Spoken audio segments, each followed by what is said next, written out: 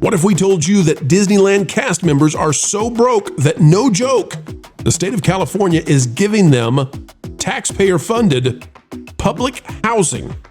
Yes, the kind of public housing you might receive if you were homeless. Except in this case, it's for those who work for the mouse. Hey, Bob Iger, what's going on over there in Anaheim?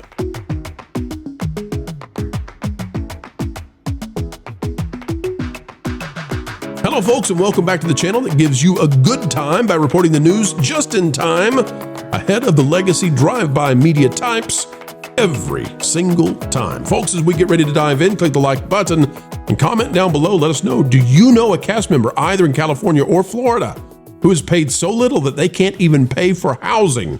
We'd love to know what's going on with the mousing around of Bob Iger and his company.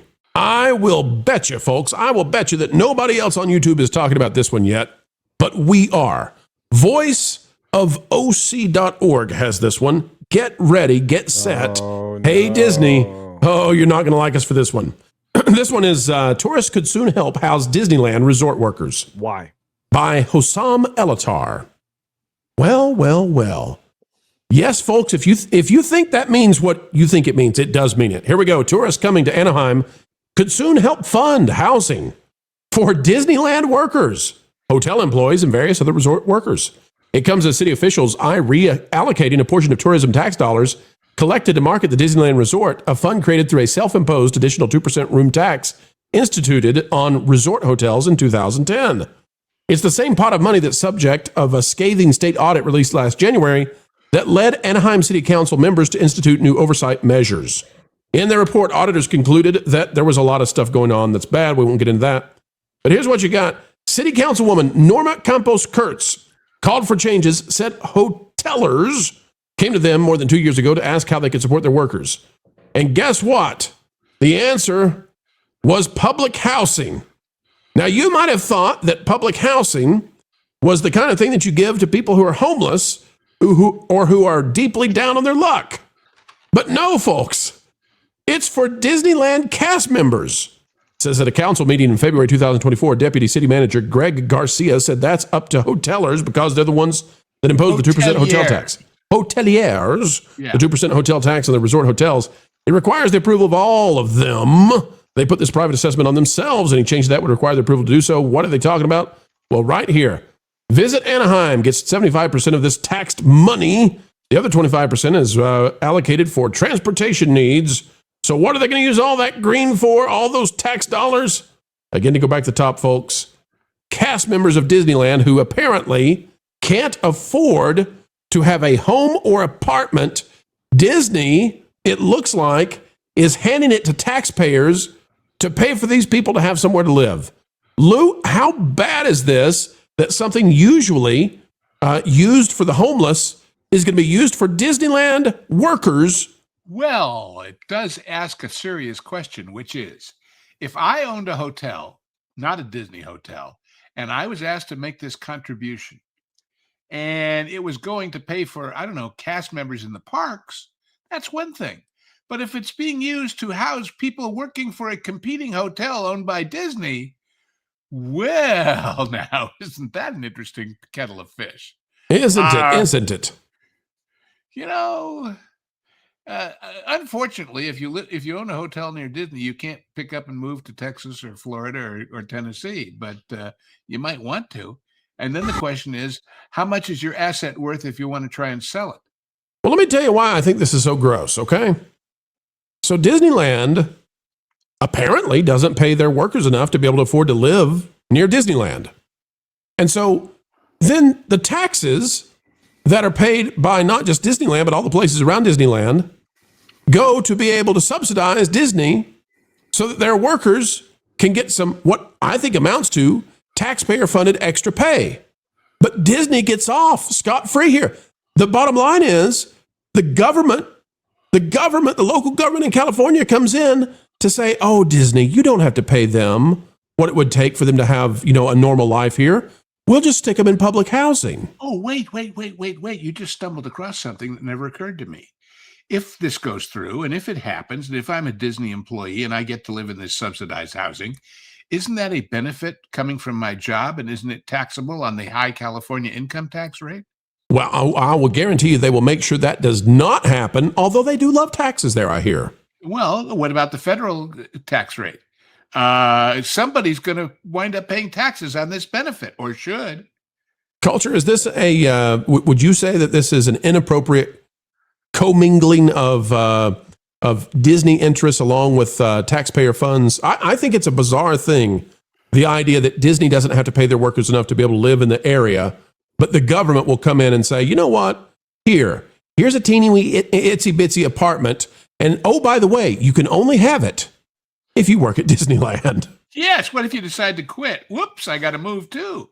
Right. Look, I mean, I really liked the idea of cast member housing in Florida, where they actually had some control.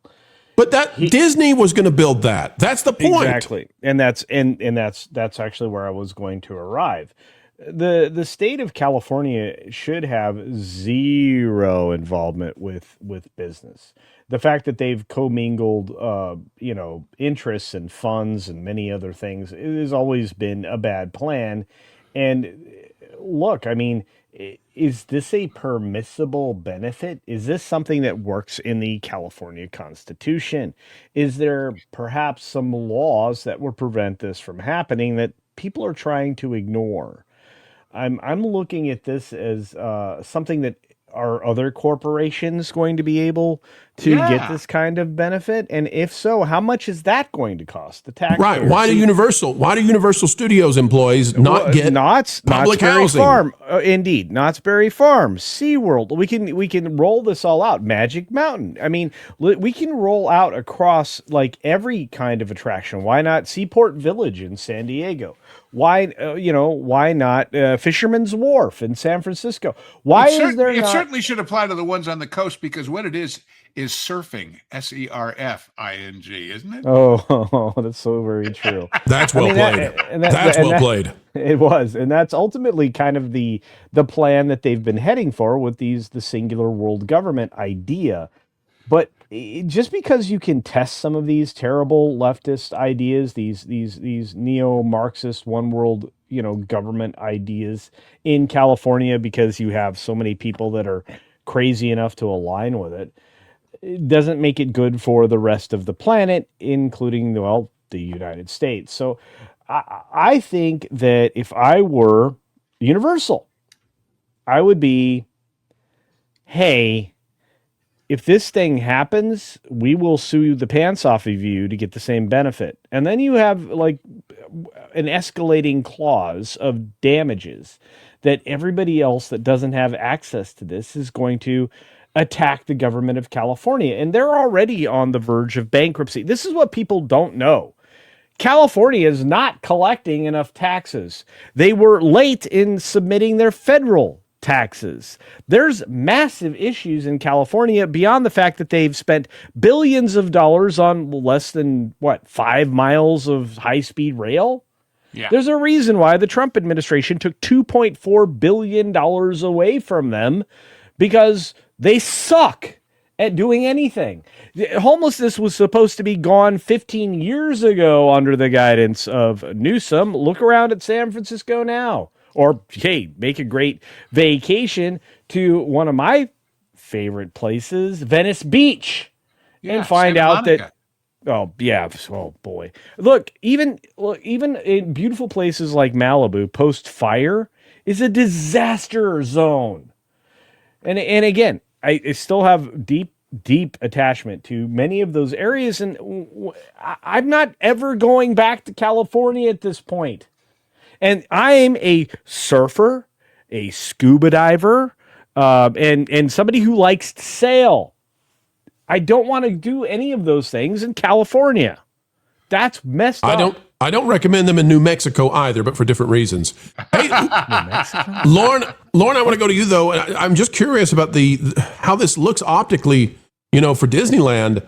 The idea that their cast members need to be given taxpayer-funded public government housing. Like, is that not embarrassing to Disney that their wages are so low that this is like an automatic, expectation that's built in?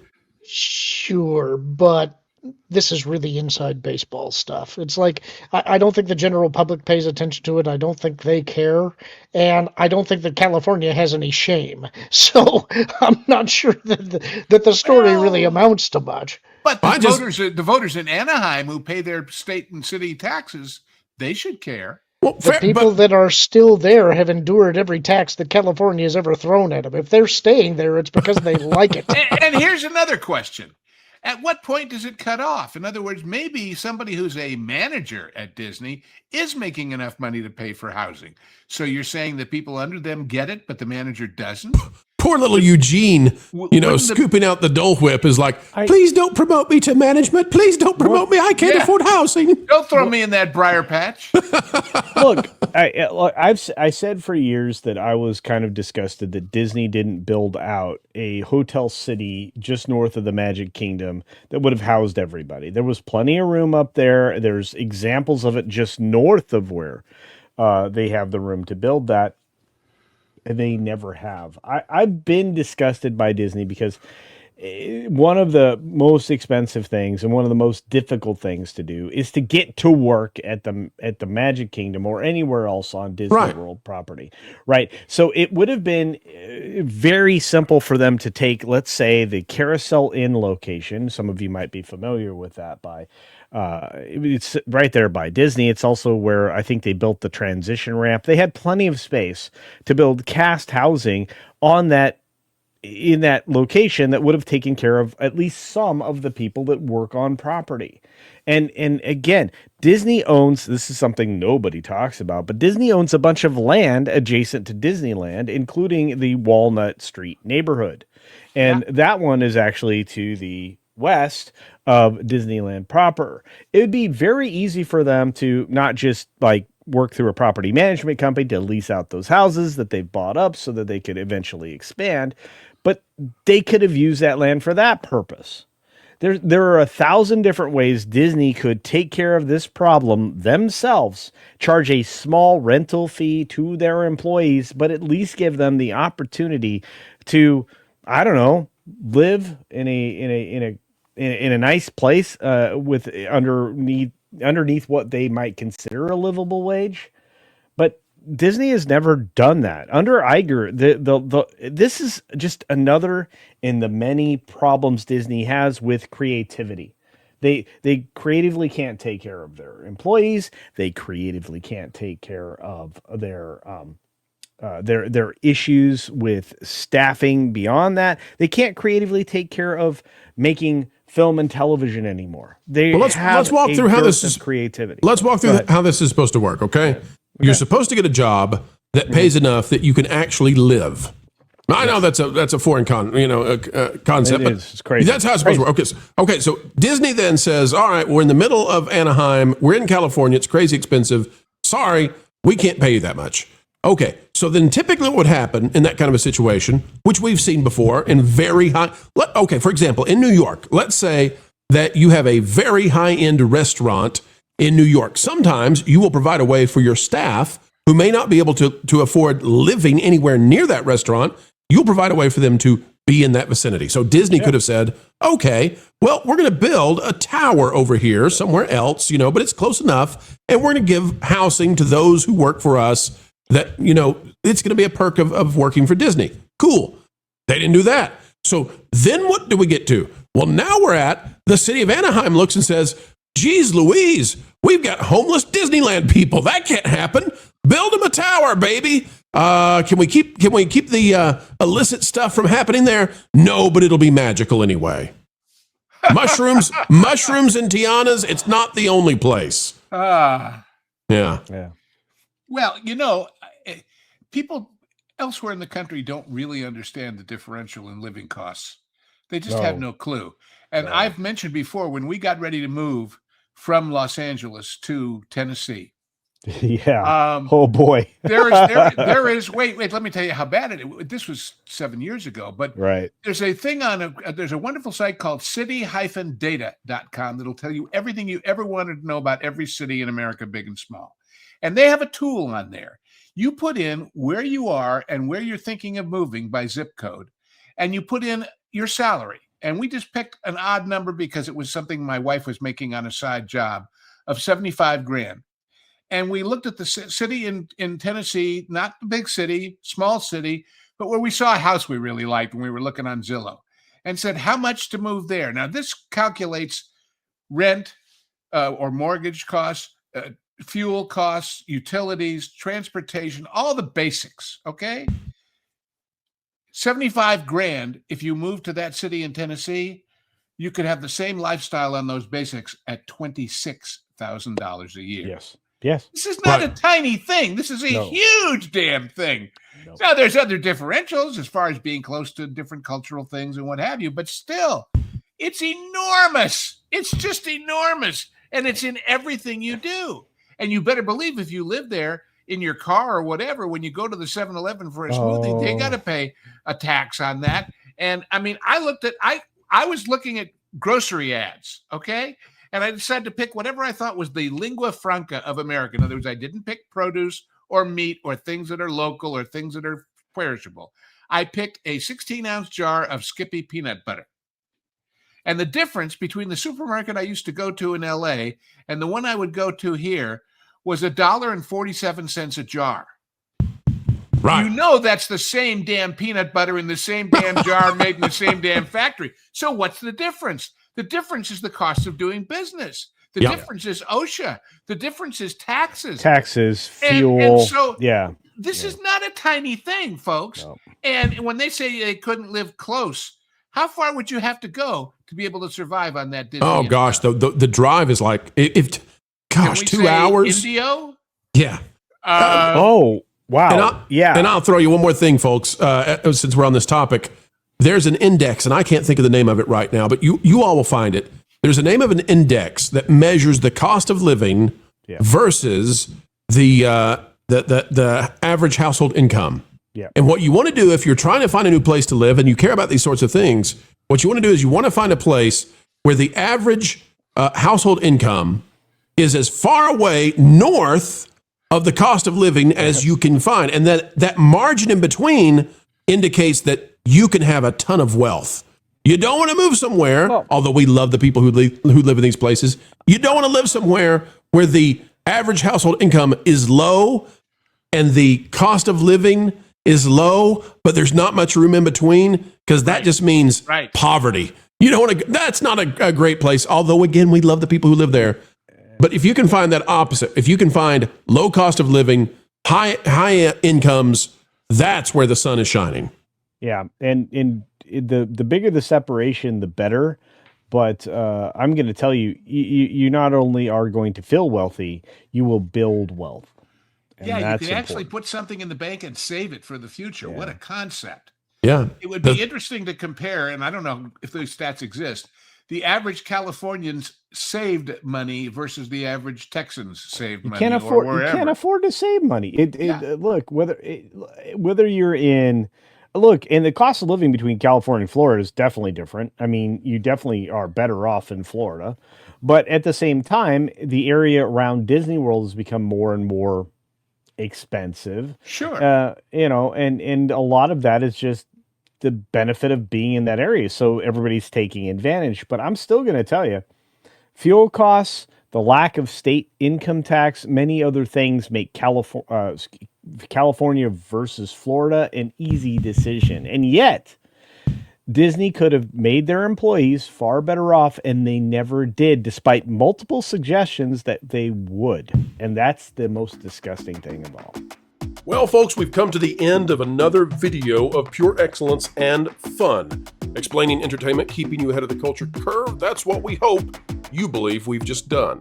And why should you believe it? Well, because we've done our very best to make it so. To be true, to be factual, and to do what the mainstream, so-called access journalists simply won't. Folks, you can help share this out across the fruited plains of YouTube by clicking the like button, share, subscribe, click it, stick it to the algorithms. It is the notification bell. Drop a comment down below. Let us know your thoughts. And folks, as we get ready to say sayonara for now, we ask that you keep learning, keep growing, and wherever you are and whatever you're doing, keep having fun. Jump into the water! Why listen to music made by people and companies who really don't like you? Check out Vacation Radio today and prepare for all new content made by the people behind the WDW Pro Channel. It's the place you need for all the music. That should be fun.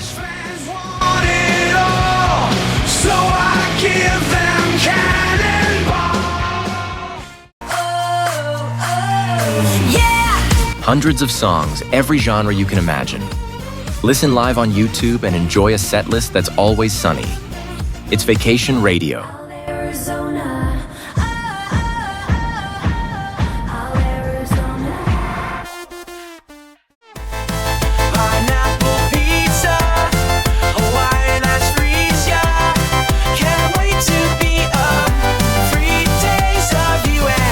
What are you waiting for? Every WDW Pro video has a link to Vacation Radio in the video description. Try it out and subscribe today.